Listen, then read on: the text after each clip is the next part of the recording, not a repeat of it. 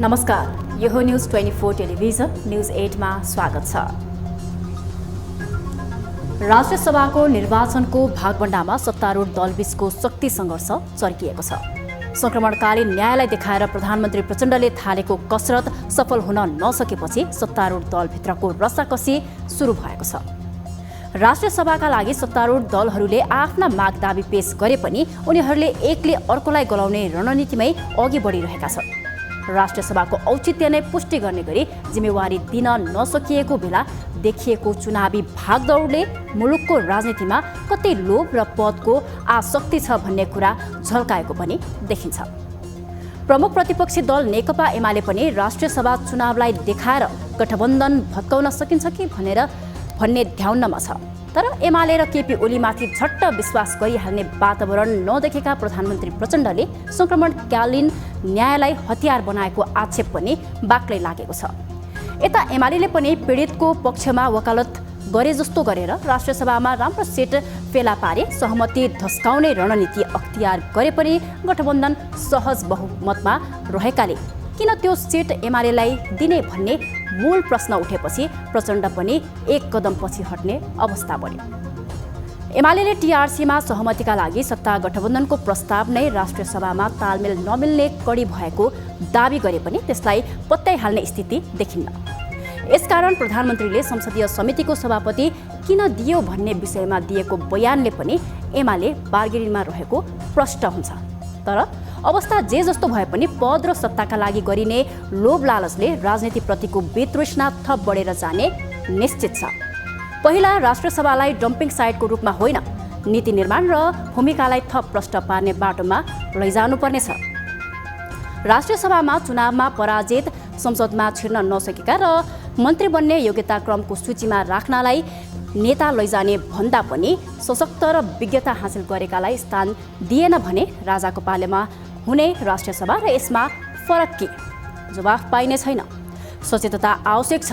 भागवण्डाको तितो खेलभन्दा सक्षम र विद्वानलाई लैजाऊ, औचित्य र गरिमा बढाऊ।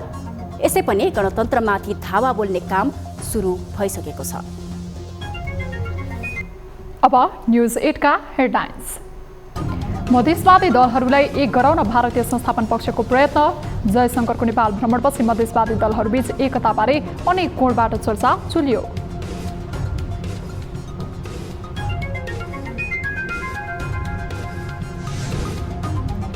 अन्य प्रदेशमा जस्तै सुदूरपश्चिम प्रदेश सभाको हविगत पनि नाजुक। प्रदेश सरकारको सत्ता टिकाउने कसरतले संसद बिजनेस विहीन अवस्थामा। निर्माणका कामहरू पनि अगाडि नबढाउनु भनेको छ एउटा प्रदेश सरकार गैर जिम्मेवारी। नेपालका विश्वविद्यालयमा विकृति, विसङ्गति र आर्थिक अपारदर्शिता बढ्दै।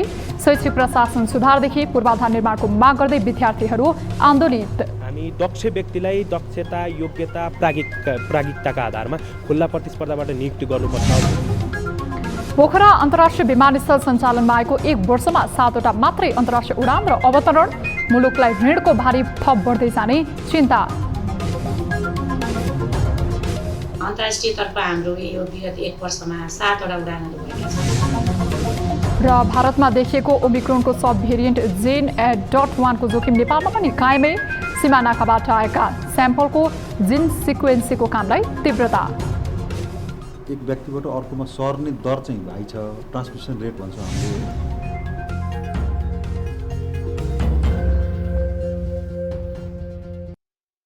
हामी निरन्तर न्युजमा छौँ। मधेसवादी दलहरूमा आपसमै मिलनको बिन्दुभन्दा पनि छुट्टिने बाटो खोज्नेमा प्रवृत्ति सधैँ हावी छ। एकले अर्कोलाई निषेध गर्ने र राजनीतिक पकड जमाउन खोज्ने उनीहरूको प्रवृत्तिकै कारण मधेसवादी दलहरू एकताभन्दा पनि बढी विग्रहमा देखिन्छन्। यसो प्रवृत्तिकै बीचमा नै छिमेकी मुलुक भारतले केही हदसम्म भर्ती गर्न खोजेको जस्तो देखिन्छ। तर आदतबाट मजबुर उनीहरू एकीकृत बन्ने बाटोमा अग्रसर होलान् त? एक रिपोर्ट। मधेस केन्द्रित दल जनता समाजवादी पार्टी, लोकतान्त्रिक समाजवादी पार्टी र जनमत पार्टीका शीर्ष नेताहरू एकै मञ्चमा प्राय देखिनन्। उनीहरू एकले अर्कोको अस्तित्व स्वीकार गर्नुभन्दा बरु जस्तोसुकै परिस्थिति भोगेर भए पनि अलग्गै राजनीतिक कार्यक्रम गर्ने गरेको पाइन्छन्। गएको चुनावमा समेत यी दलहरूबीच हारालुच नै चल्यो। तर यतिबेला पुनः माओवादी दलहरूबीचको मिलनका विषयमा चर्चा चलिरहेको छ। यस चर्चाका कारण हुन् भारतीय विदेश मन्त्री एस जयशंकर। भारतसँग प्राय सामिप्यता बढी नै राख्ने मधेसवादी दलहरूलाई आफू नेपाल भ्रमण रहेका समय विदेश मन्त्री जयशंकरले सँगै राखेर छलफल गराए। भारतीय विदेश मन्त्री जयशंकरसँग उभिएका उनीहरूको भेटलाई अर्थपूर्ण ठानिए पनि मधेसी दलहरूले भने संयोगको हवाला दिँदै आएका छन्। के जयशंकरले झुक्क्याएर उनीहरूलाई सँगै राखेका हुन्? पूरो जानकारी नै नदिई एकै समयमा उनीहरूलाई बोलाएको हो त? प्रश्न धेरै भए पनि उनीहरूले जवाफ दिन भने खोजेका छैनन्। कस्तो छ मधेसवादी दलहरूबीचको लडाईँको अवस्था? गएको निर्वाचनमा नयाँ दलको रूपमा अघि आएका जनमत पार्टीका अध्यक्ष डाक्टर सीके राउतले सप्तरी 2बाट चुनौती दिए। सुरुमा एमाले सहितको गठबन्धनका कारण सीकेलाई सहजै पराजित गर्ने ध्याउनमा रहेका जसपा अध्यक्ष उपेन्द्र यादव अन्ततः पराजित बने। सीकेले उपेन्द्रलाई पराजित गर्दै राष्ट्रिय राजनीतिमा आफ्नो वर्चस्व कायम गर्दै गर्दा उपेन्द्र हारको मानसिकताबाट गुज्रिनुपर्ने स्थिति आइलाग्यो। त्यसपछि पनि सत्ताको बागडोर सम्हालेका प्रचण्ड सहित शीर्ष नेताहरूसँग साटगाँठ बढाएर उनी संसद भने छिरिसकेका छन्। यो बेला समेत सीकेले उपेन्द्रलाई रोक्न ठूलो प्रयास गरे, तर सम्भव भएन। यता अर्का नेता तथा लोकसभाका अध्यक्ष महन्त ठाकुर पनि कुनै समय उपेन्द्रसँगै राजनीतिमा थिए। त्यसपछि जसपा विभाजन गरेर उनी नेतृत्वमा लोकसभा निर्माण भए पनि त्यसले खासै गति भने लिन सकेको देखिन्न। भारतसँग कसको सम्बन्ध कस्तो? मधेसवादी नेतामध्ये लोकसभा अध्यक्ष महन्त ठाकुर भारतको सबैभन्दा नजिकको नेता मानिन्छन्। ठाकुर भारतीय दूतावाससँग अत्याधिक नजिक रहेको आक्षेप लाग्ने गरेको छ। तर सीके र उपेन्द्रको स्वभावकै कारण उनीहरू भारतीय संस्थापनको नजिक बन्न सकेका छैनन्, तर त्यति टाढा पनि छैनन्। यसरी मधेसी नेताहरूको विग्रहकै कारण उनीहरूले मधेसमा कब्जा जमाउन नसकेको भारतीय संस्थापन पक्ष प्रष्ट छ। भारतले मधेसबाट सुरक्षा थ्रेडदेखि सबै खाले आशा पनि रहेको बताइन्छ। यसकारण पनि भारतले मधेसी नेताहरूलाई चङ्गुलमा राख्न कोसिस गर्ने गरेको बताइन्छ। यसैमा तल्लो स्तरबाट धेरै लाभ लिनेमा नेता शरद सिंह भण्डारी नै भएको धेरैको बुझाइ छ। जयशंकरसँग सामूहिक तस्बिर किन? भारतीय विदेश मन्त्री एस जयशंकरले मधेस केन्द्रित नेताहरूलाई भेटका लागि होटलमा बोलाएका थिए। त्यसपछि उनीहरूलाई दिएको समय एकै परेको र सबैलाई सँगै राखेर जयशंकरले छलफल गरेको बताइन्छ। छलफलको क्रममा मधेसवादी दलहरूबीचको एकता, संसददेखि सरकारमा प्रभावकारी भूमिका, भारत र मधेसवादी दलहरूबीचको सम्बन्ध र चिरिया नेताहरूको नेपाल भ्रमण एकै दिन परेको विषयमा चासो राखेको दावा छ। तर दूतावासले उपेन्द्र, महन्त र सीकेलाई एकै समयको व्यवस्थापन गरिदिएपछि उनीहरू भेटवार्ताको क्रममा सँगै देखेका हुन् भन्ने ती दल केन्द्रित नेताहरूले बताउन थालेका छन्। मिल्न सक्छन् त मधेसवादी दलहरू? गएको चुनावमा प्रतिशोधको भावना राखेका उपेन्द्र सीके र पार्टी विभाजनको समय धेरै लामो भइ नसकेका उपेन्द्र महन्तबीच तत्काल एकता वा अर्को सहकार्यको सम्भावना भने न्यून छ। उपेन्द्र कम्युनिस्ट पार्टीहरूसँग समाजवादी मोर्चामा समेत संलग्न भएकाले अहिले नै उपेन्द्र महन्त र सीकेबीच एकता वा सहकार्यको सम्भावना देखिन्न। तर उनीहरू सबै प्रचण्ड नेतृत्वको सरकारलाई समर्थन गरिरहेका कारण कालान्तरमा मिल्नै नसक्ने भन्ने स्थिति भने नरहने कतिपयको बुझाइ छ। जयशंकरले दिएको सन्देश। भारतीय विदेश मन्त्री एस जयशंकरले नेपालको राजनीतिमा मधेसवादी दल र नेताहरू भारतको चाहनामा मिल्न पनि सक्छन् र अहिले बाहिर देखिएको विवादले ठूलो अर्थ राख्दैन भन्ने सन्देश नै प्रवाह रहेको मानिएको छ। यसअघि पनि संविधान निर्माणको क्रममा मधेसवादी दलहरूलाई लिएर भारतले अघोषित नाकाबन्दी नै लगाएकाले पनि भारतले मधेसवादी दल र नेताहरूलाई उपयोग गर्ने रणनीतिको एक रूप जयशंकरले देखाउन खोजेको आक्षेप बाक्लिन थालेको छ। न्युज 24 टेलिभिजनका लागि ब्युरो रिपोर्ट। राष्ट्रिय सभाको निर्वाचनमा सत्ता गठबन्धनका दलहरूले एमालेसँग सहकार्य नगर्ने भएको छ। शनिबार प्रधानमन्त्रीको सरकारी निवास बालुटारमा बसेको गठबन्धनको बैठकले प्रमुख प्रतिपक्षी दल एमालेसँग कुरा नमिलेकोले सत्ता गठबन्धन बीचमै राष्ट्रिय सभाका निर्वाचन हुने सिट बाँडफाँड गर्ने निर्णय गरेको हो। सरकारमा सहभागी 4 दलका नेताहरूको बीचमा छलफल भएको र छलफलले गठबन्धनभित्रकै दलहरूबीचमा सिट बाँडफाँड गर्ने निर्णय गरेको नेपाली कांग्रेसका प्रमुख सचेतक रमेश लेखकले बताएका छन्। उनले सरकारमा सहभागी दलहरूको गठबन्धनले राष्ट्रिय सभाको चुनाव लड्ने बताए।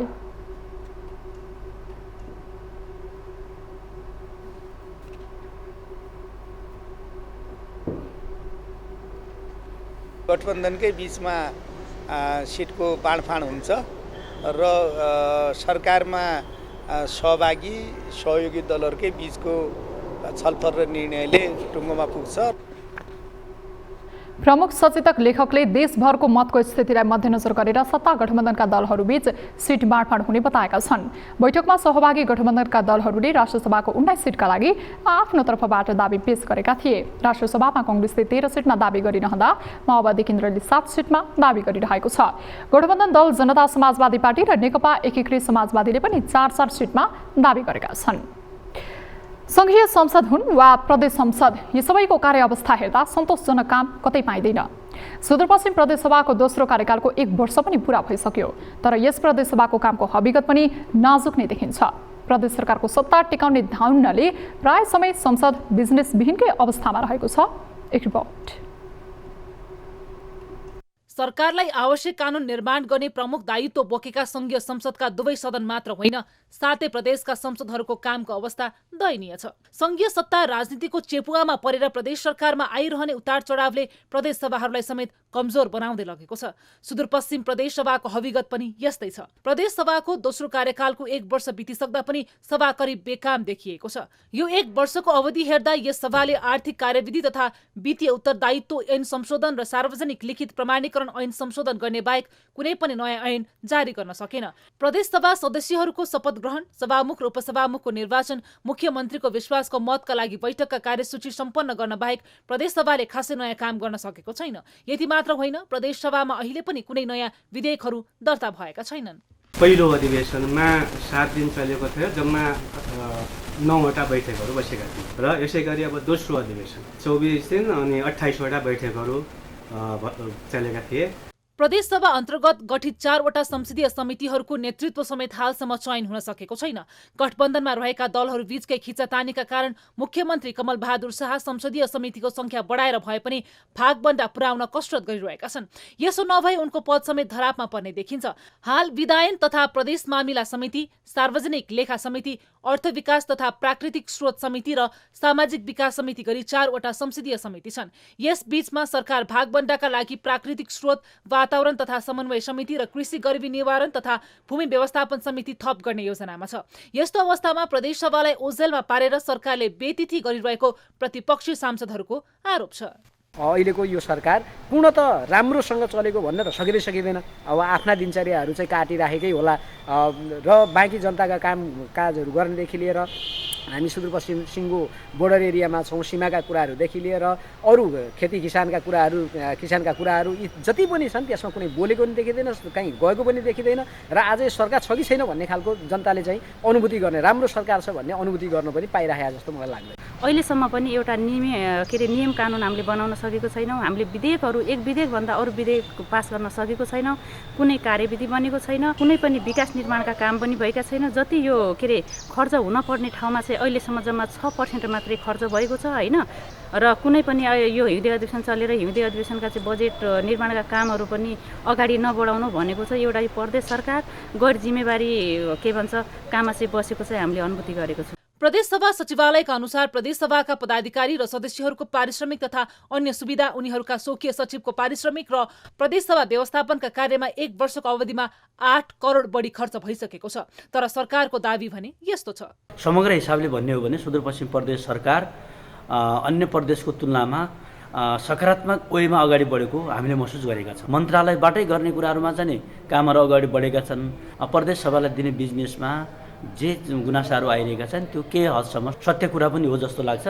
र दोस्रो प्रदेश सभाले आफ्नो भूमिकाहरू पुरा गर्नका लागि जो प्रदेश समितिहरू नबनेका कारणले केही समस्याहरू आएको भन्ने कुराहरू जो बाहिर आइरहेको छ, यसमा चाहिँ प्रदेश सभा केन्द्रित भएर लाग्नुपर्छ। यो 1 वर्षको अवधिमा कामभन्दा पनि सम्मान थाप्न, कार्यक्रम उद्घाटन गर्न तथा अनुगमन र भेटघाट गर्नमै सरकारको व्यस्तता बढेको देखिन्छ। ऐन नियम निर्माणसँगै जनतालाई सरकार भएको अनुभूति हुने गरी काम गर्नुपर्ने अहिलेको आवश्यकता छ। न्युज 24 टेलिभिजनका लागि कैलालीबाट टिभी जर्नलिस्ट लोकु सिंह ठकुरीको रिपोर्ट। दैनिक सयौं युवा विद्यार्थीहरू वैदेशिक शिक्षाका लागि भन्दै विदेश पलायन भइरहेका छन्। तर पनि विश्वविद्यालयदेखि मातहतका क्याम्पसहरूको अवस्था सुधारतर्फ राज्य गम्भीर भएको देखिँदैन। बरु यहाँका विद्यार्थीहरू नै शैक्षिक तथा प्रशासन सुधारदेखि पूर्वाधार निर्माणको माग गर्दै आन्दोलनमा उत्रिरहेका छन्। विश्वविद्यालयभित्रको विकृति, अनियमितता, राजनीतिक भागभण्डा, आर्थिक अपारदर्शिता बढिरहेको छ। एक रिपोर्ट। 2072 सालको भूकम्पले महत्त्वपूर्ण शैक्षिक पूर्वाधारहरूमा ठूलो क्षति पुर्यायो। त्यसमध्येको एक हो ललित कला क्याम्पस। भूकम्पले ललित कलाको भवनमा पूर्ण रूपमा नै क्षति पुर्याएको थियो। अहिलेसम्म पनि पूर्वाधार निर्माणले पूर्णता नपाउँदा यहाँका विद्यार्थीहरूको पठन पाठनमा समस्या भइरहेको छ।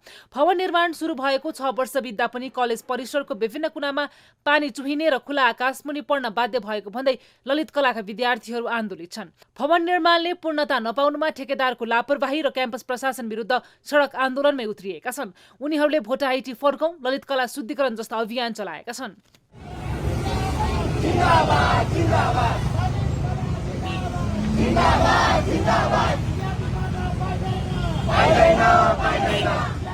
ललित कला क्याम्पस त एउटा उदाहरण मात्रै हो। देशको प्रमुख विश्वविद्यालयको रूपमा रहेको त्रिवीका अन्य संकायका संरचनाहरू पनि उस्तै छन्। कहिले पर्याप्त पूर्वाधार त कहिले शैक्षिक गुणस्तरका लागि भन्दै विद्यार्थीहरू सडक सङ्घर्षमा उत्रने गरेका छन्।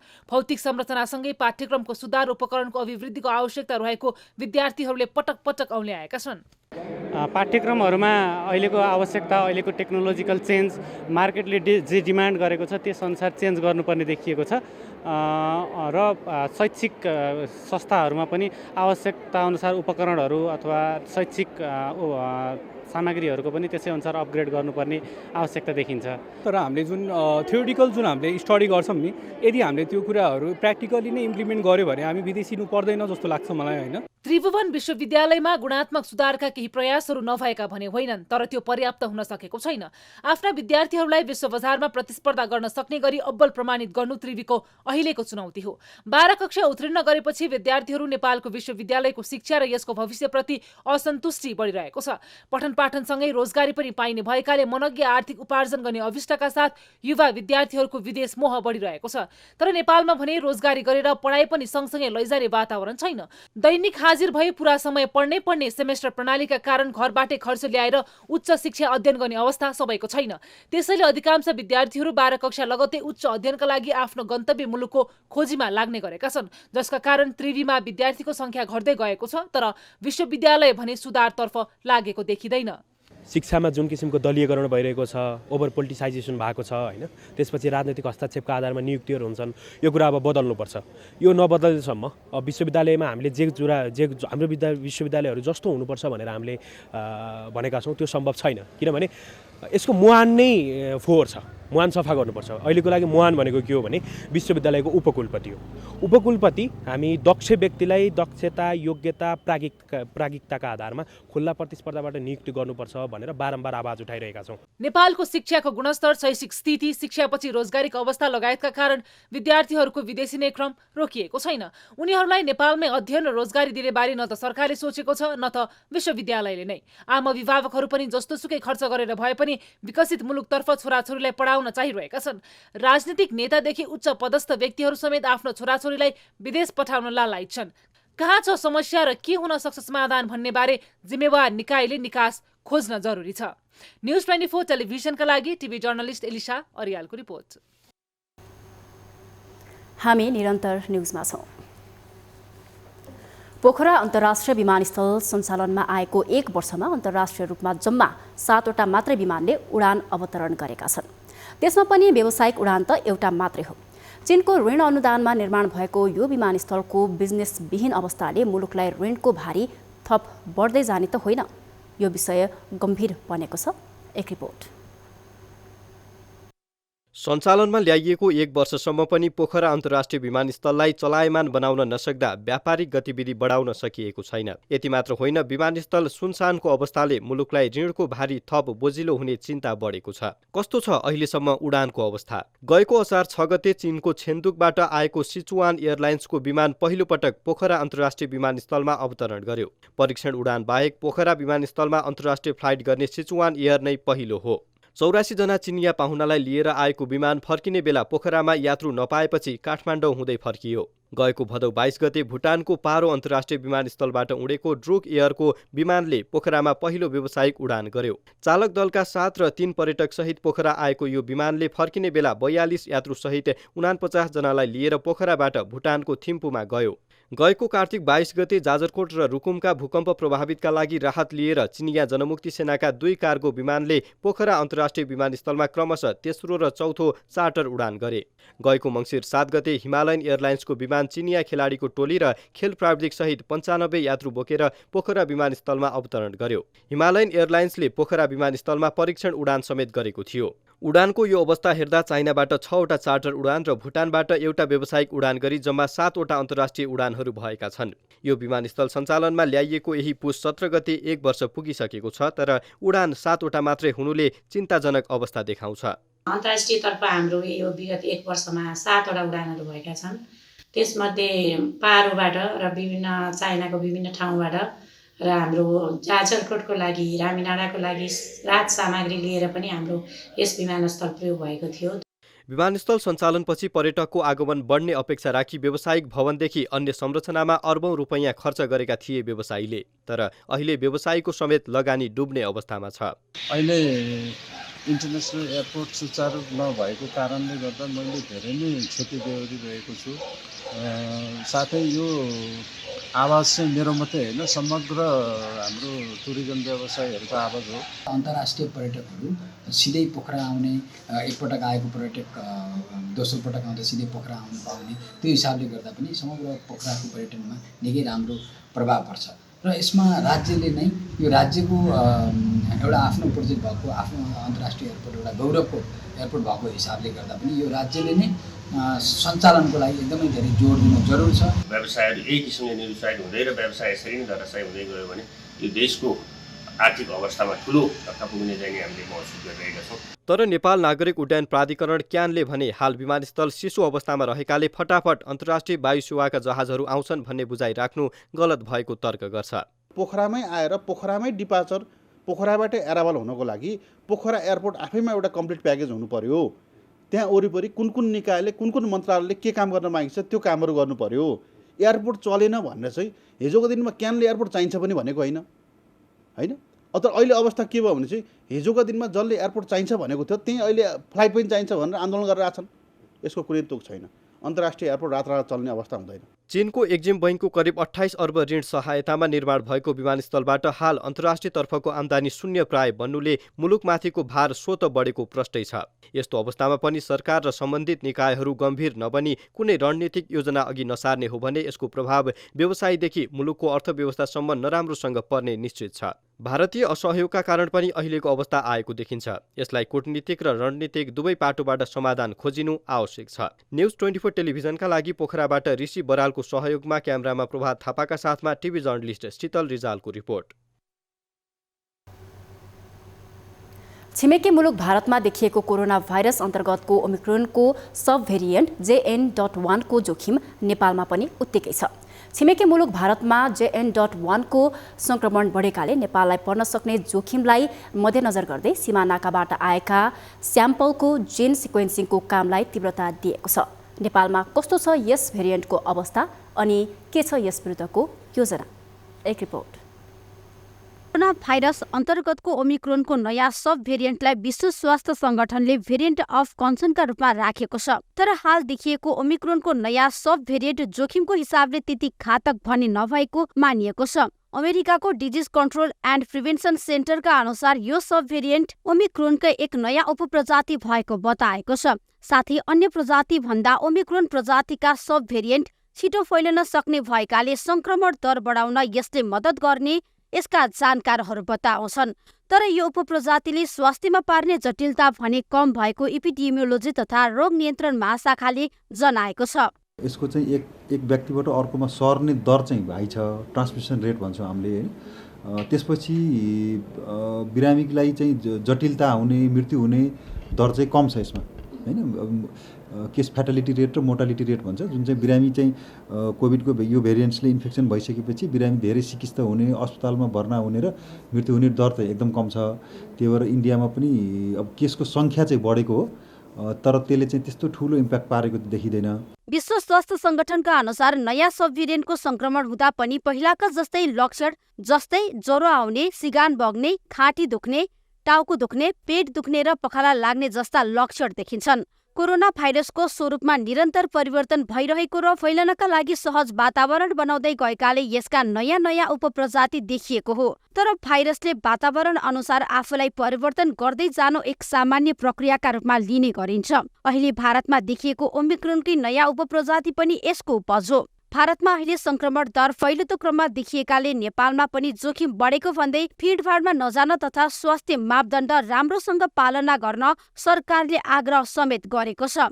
साथै नेपालमा हुने जोखिमलाई मध्यनजर गर्दै विभिन्न नाकाबाट ल्याइएका 12वटा स्याम्पलको जिन सिक्वेन्सिङ गरिएको छ भने थप स्याम्पलको सिक्वेन्सिङको काम हुँदैछ। तर अहिलेसम्म यो उपप्रजाति नेपालमा पुष्टि भने भएको छैन। भेरिएन्ट्स त यस्तो छ, अब यो SARS-CoV-2 को भेरिएन्ट्सहरू धेरै छ होइन। यसमा चाहिँ यो एउटा यो यस्तो उस्तो भनेर हामी धेरै हतोत्साहित हुनु पनि पर्दैन।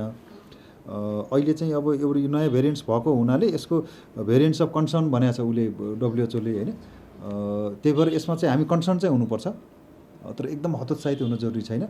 र हामीहरूले चाहिँ अहिले मास्क लगाउनु, भिडभाडमा नजानु भनेको त्यो चाहिँ स्वाभाविक हो। जहिले पनि यो श्वास प्रश्वासबाट सर्ने र श्वास प्रश्वास सम्बन्धी रोगहरूमा त्यसलाई चाहिँ हामीले अस्वाभाविक रूपमा लिँदैनौँ। अहिले देखिएको सब भेरिएन्टका लागि पहिला नै लगाएको कोरोना विरुद्धको खोपले समेत काम गर्ने भएकाले डराउनु पर्ने अवस्था नभएको स्वास्थ्य सेवा विभागले औँलाएको छ। तर जाडोमा कोरोना भाइरसका साथै अन्य श्वास प्रश्वास सम्बन्धी संक्रमणको जोखिम पनि उत्तिकै भएकाले कोरोना संक्रमणसँग मिल्दोजुल्दो लक्षण देखिएमा परीक्षण गराउन भने आग्रह गरेको छ। न्युज 24 टेलिभिजनका लागि क्यामेरामा प्रभात थापाको साथमा टिभी जर्नलिस्ट त्रिगुडा भट्टराई बस्नेत, काठमाडौँ। बाजुराको बढीमालिका नगरपालिका 7 को चुथीदेखि ढम्कनेसम्मको सडक निर्माण सुरु गरिएको झण्डै 5 वर्ष पुग्न लाग्यो। तर अहिलेसम्म पनि यो सडक निर्माणले पूर्णता पाउन सकेको छैन। ठेक्का पाएपछि काम अलपत्र छोड्ने र फरार हुने अवस्थाले सडकको दुर्दशा भएको हो। एक रिपोर्ट। सुदूरपश्चिम प्रदेश सरकारको बहुवर्षीय योजनामा परेको कोल्टी मार्तडी सडक खण्डमा पर्ने बाजुराको बढीमालिका नगरपालिका 7 को चुथीदेखि ठम्कनेसम्मको सडक अलपत्र छ। 4 वर्षभित्र निर्माण सम्पन्न गर्ने भनी मार्तडी कोल्टी सडक निर्माण कार्य बानिया ईश्वरशेर जेवी कम्पनीले 2076 कार्तिक 19 गते सम्झौता गर्यो। 21 करोड 74 लाख 56,374 रुपियाँ बजेट लागत अनुमान रहने गरी पूर्वाधार विकास कार्यालय साफे बगरसँग ठेक्का सम्झौता भएको थियो। तर विगत 2 वर्षदेखि ठेकेदार नै फरार भएका छन्। गत असार मसान्तमै सम्पन्न हुनुपर्ने योजनाको भौतिक प्रगति मुस्किलले 15% देखिएको छ। सडक स्तर उन्नतिको काम समयमा सम्पन्न हुन नसक्दा स्थानीयलाई आवत जावतमा समस्या भइरहेको छ। अप्ठ्यारो सडकले गर्दा 40 किलोमिटर सडकमा 1500 देखि 2000 रुपियाँ गाडी भाडा तिर्नुपर्ने अवस्था छ। यो ठेकेदारको लापरवाहीले गर्दाखेरि यात्रुहरू अलपत्ता पर्ने अवस्था बनेको छ। अहिले हामी 2 घण्टा जति यहाँ कुरिसक्यौँ र गाडीले ओहोरदोहोर गर्न सकेको छैन यो रोडको कारणले गर्दाखेरि। निर्माण कम्पनीको जिम्मा पाएका ठेकेदारले चुथीमा केही दिन काम गरे बाफतको ज्याला समेत नदिएर सडक निर्माणको काम अधुरै छोडी 2 वर्षदेखि ठेकेदार सम्पर्कविहीन भएका छन्। अब हाम्रो लागि त भाग्यो र जाँदाखेरि हामीले फेरि भेट्न पाएका छैन। अब बिरामी भ्या भनेर कहाँ अस्पताल गयो भनेपछि अब अस्पताल गयो भनेपछि हामीले फेरि हामीले भेटमुख देख्दै त चेहरै देखिया छैन। सर यहाँ त अहिले गाह्रै छ सर। लगभग यहाँ धेरै अप्ठ्यारो छ ठेकेदारको लापरवाहीले। अब यहाँ यस्तो बाटो छ ढौढौ गाडी निकाल्छौँ दिनभरि लागिहाल्छ यतै। सडक निर्माणका लागि पहिलो किस्ता 4 करोड 73 लाख रकम निकासा भइसकेको छ। तर आयोजना कार्यालयको तर्फबाट ठेकेदार कम्पनीलाई पटक पटक पत्रचार गरेको भए पनि ठेकेदार सम्पर्कमा आएका छैनन्। यसको प्रक्रिया अब समयमा पत्रचार गरेका छौँ। सम्झौता अब मार्तडी कोल्टी पिलिजर सडक चेनेज 9+00 देखि 14 जुन 5 किलोमिटर छ 15% जसो मात्रै बानिया कुशेश्वर जेविका काठमाडौँले गरे हो सम्झौता। यो 2076 7/19 मा भएको हो। अब 80-3-30 सम्म सम्झौता मिति हो। यसलाई पत्रचार गरिरहेका छौँ। अब मार्तडी कोल्टी सडक खण्ड 40 किलोमिटर कालोपत्रेका लागि 1 अर्ब 57 करोड 75 लाख 12 हजार रकम विनियोजन भएको थियो। आयोजना कार्यालय साफे बगरले मार्तडीदेखि चुथी 9 किलोमिटर पहिलो खण्ड, चुथीदेखि ठम्कनेसम्म 5 किलोमिटर दोस्रो खण्ड र ठम्कनेदेखि कोल्टी चौरसम्म 26 किलोमिटर 3 भागमा विभाजन गरी 3वटा निर्माण कम्पनीलाई जिम्मा दिएको हो। पहिलो र तेस्रो सडक खण्डमा काम भइरहेको भए पनि दोस्रो खण्ड चुथीदेखि ठम्कनेसम्मको 5 किलोमिटरमा ठेकेदार नै बेपत्ता भइदिँदा स्थानीयलाई हैरानी खेप्नु परेको छ। न्युज 24 टेलिभिजनका लागि बाजुराबाट टिभी जर्नलिस्ट गगन अयडीको रिपोर्ट। नेपालमा अत्याधिक भार क्षमता भएको भारतीय मालवाहक सवारी साधनको निर्बाध रूपमा सञ्चालन हुन्छन्। भारतबाट निर्बाध रूपमा सञ्चालन हुने अत्याधिक भार क्षमताको सवारीका कारण नेपालका ट्रक व्यवसायी मात्रै मारमा परेका छैनन्। नेपालको सडक, पुल, पुलेसा लगायतका पूर्वाधारहरू क्षतिग्रस्त भएका छन्। यता मुलुक संहितामा गएपछि प्रदेश तथा नगरपालिका पिच्छे नै करको अनावश्यक भार थपिएको चिन्ता पनि यातायात व्यवसायीहरूलाई परेको छ। एक रिपोर्ट। शनिबार नेपाल ट्रक तथा यातायात व्यवसायी महासंघको 16औं साधारण सभामा सहभागी यातायात व्यवसायीहरूले यातायात पूर्वाधारको विकासमा सरकारले ध्यान नदिएको भन्दै गुनासो पोखे। मालवाहक सवारी साधन निर्देशिका 2072 को कार्यान्वयन नहुँदा अधिक भार वहन सवारी साधनको निर्बाध प्रवेश भइरहेको गुनासो व्यवसायीहरूले गरेका छन्।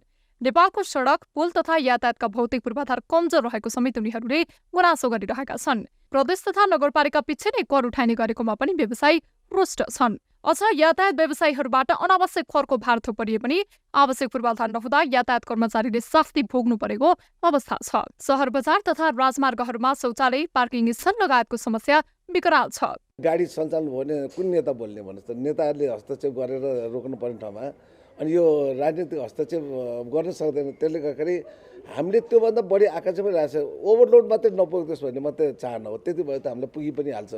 हामी चाहिँ ओभरलोड बोक्नु नपर्ने। नेपाली गाडीहरूलाई ओभरलोड पुगेपछि 75 देखि 80 हजारसम्म जरिवाना गरेको स्थिति छ भने भारतीय गाडीले 2000 जरिवाना तिरेर सरल हिँड्न पाउँछ भने हाम्रो गाडीले कम्पिटिसन गर्नै सक्दैन नि। सडक सुरक्षाका कुरा गरौँ, सडकमा चिन्हका कुरा गरौँ, यी सबै कुराहरू मलाई जहाँसम्म लाग्छ जति आवश्यक पर्ने हो त्यति छैन। त्यसैले हामीले बारम्बार यातायात व्यवस्था विभाग मार्फत यातायात सडक विभाग सबैलाई चाहिँ हामीले जानकारी गराएका छौँ।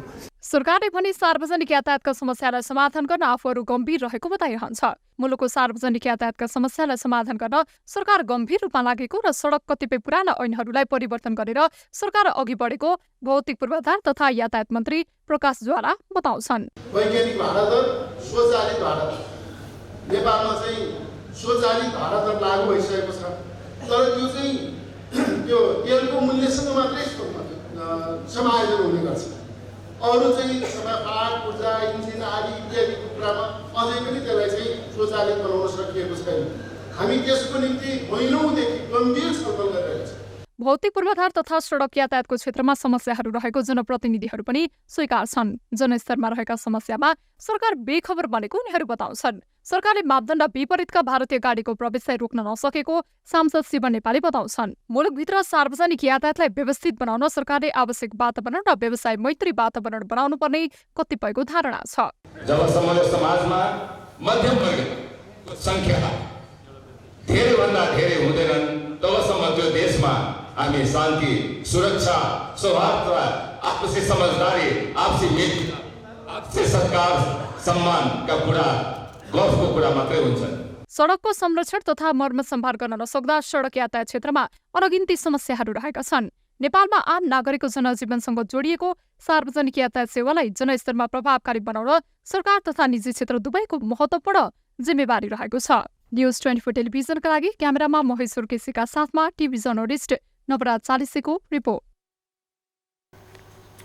न्युजहरू अझै बाँकी छन्, अब पालो ब्रेकको। हामी निरन्तर न्युजमा छौँ। अब वेदर अपडेट।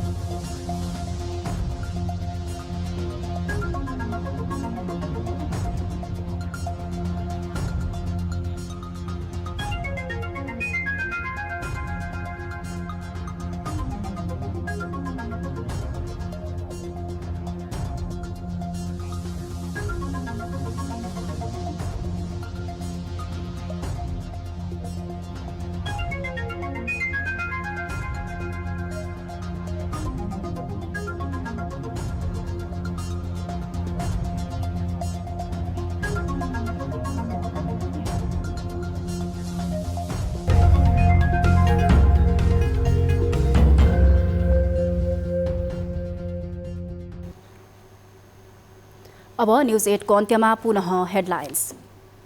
मधेसवादी दलहरूलाई एक गराउन भारतीय संस्थापन पक्षको प्रयत्न। जयशंकरको नेपाल भ्रमणपछि मधेसवादी दलहरूबीच एकताबारे अनेक कोणबाट चर्चा चुलियो।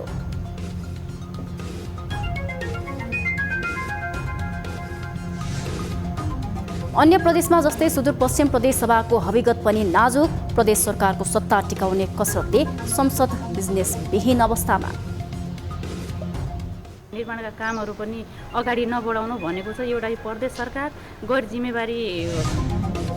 नेपालका विश्वविद्यालयमा विकृति, विसङ्गति र आर्थिक अपारदर्शिता बढ्दै शैक्षिक प्रशासन सुधारदेखि पूर्वाधार निर्माणको माग गर्दै विद्यार्थीहरू आन्दोलित। दक्ष व्यक्तिलाई दक्षता, योग्यता, प्राज्ञिकताका आधारमा खुल्ला प्रतिस्पर्धाबाट नियुक्ति गर्नुपर्छ।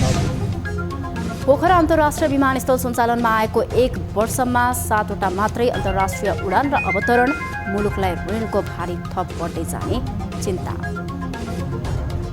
अन्तर्राष्ट्रिय तर्फ हाम्रो यो विगत 1 वर्षमा 7वटा उडानहरू भएका छन्। र भारतमा देखिएको ओमिक्रोनको सब भेरिएन्ट JN.1 को जोखिम नेपालमा पनि कायमै। सीमा नाकाबाट आएका स्याम्पलको जिन सिक्वेन्सिङको कामलाई तीव्रता। एक व्यक्तिबाट अर्कोमा सर्ने दर चाहिँ हाई छ, ट्रान्समिसन रेट भन्छौँ हामीले।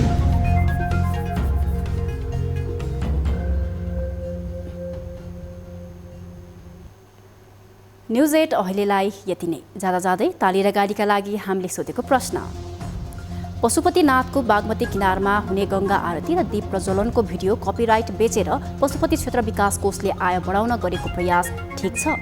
ठिक छ भनेले तालीमा र ठिक छैन भनेले गालीमा भोट गर्नुहोला। हाम्रो पात्रोको एपमा गई भोट गर्न सक्नुहुनेछ। थप न्युजका लागि हाम्रो वेबसाइट www.news24nepal.com हेर्नुहोला। साथै हामीलाई फेसबुक, ट्विटर र युट्युबमा पनि फलो गर्न सक्नुहुनेछ। यस्तै मोबाइल, इमेल र भाइबरबाट न्युज24 को हेल्प डेस्कमा केही समस्या र गुनासा छन् भने सम्पर्क गर्न सक्नुहुनेछ। अहिलेलाई बिदा दिनुहोस्। हामी निरन्तर न्युजमा छौँ। नमस्ते।